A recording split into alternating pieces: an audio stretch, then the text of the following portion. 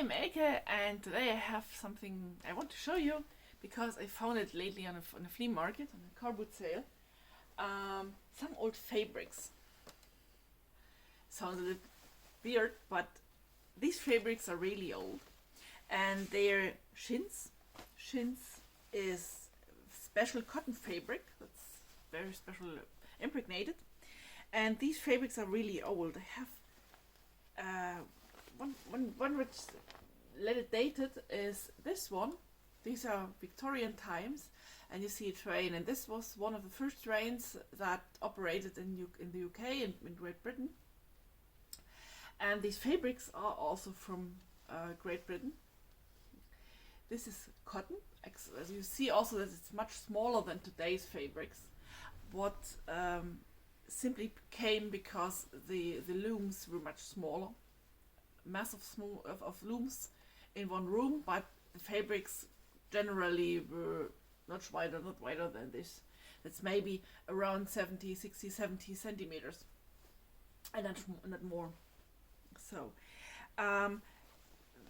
these fabrics date around, I think, 1830 to 1850, and they were made for interior design. And during Victorian times, there were a lot of fabrics used in the interior. Everything was loaded with stuff, and you had also plenty of fabrics that were used. So, and what was really loved were all these rose prints, but what Victorian times are famous for. So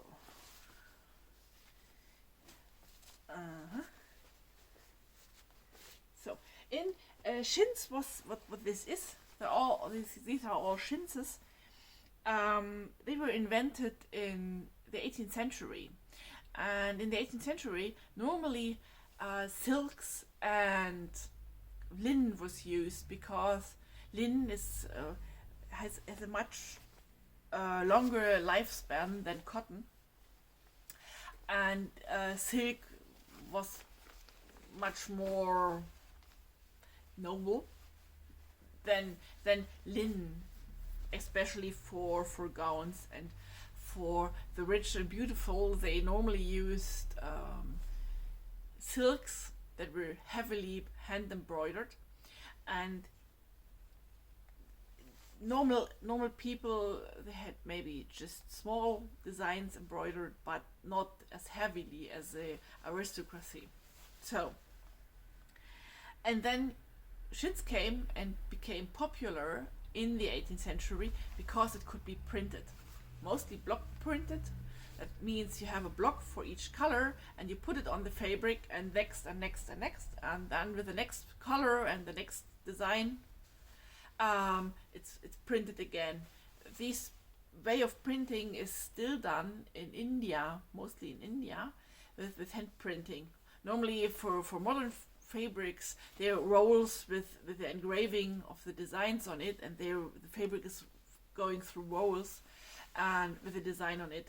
So it's a special way of printing them. Yeah, this Chintz is something very special. It's not just the woven fabric, but it's also threaded and impregnated with waxes, and also with temperature, and it rolled through heavy rolls that were pressing the fabric, and to give this fabric a very shiny surface.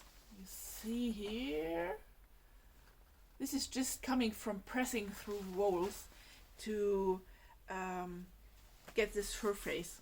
And the fabric itself is very thin. It's a very thin cotton fabric, and you also hear this. It's like paper. It feels like paper. This fabric is like paper. Yeah, it's interior fabric. So yeah, and as I said, these fabrics were also used for dresses, but not with these designs. But chintz was much widely used. Yeah, typical Victorian. So, chintz was widely used also in fabrics. I have something else here for you. Just a little bit careful. This is a dress from probably around 1900. It's also coming from the UK, and inside, the outside is silk, and in the inside, the white fabric is also chintz. Chintz does not take dirt as much as normal fabric because of this very shiny surface, but chintz could not be washed. And this is, for us today, it's a little bit strange because we always wash our outer clothes, but until maybe the 1930s, it was not so much in common to wash the normal daily clothes after using them for one day. Normally these dresses, the ladies normally had much more dresses than we have today because they dressed up for different occasions during the day. They had to have various dresses for simply one day. And we still have lists of this, what the lady should have in fashionable dresses simply for one day, for the evening, for the day, for the drinking some tea in the afternoon.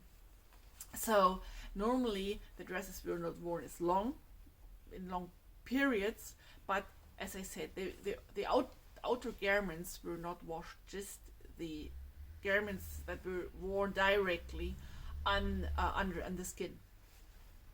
Yeah, chintz also is a little bit stiffer, and this is why it's used on the skirt, on the bottom of the skirt, and it's a little bit stiffer than normal cotton, so it's simply used because because its stiffness.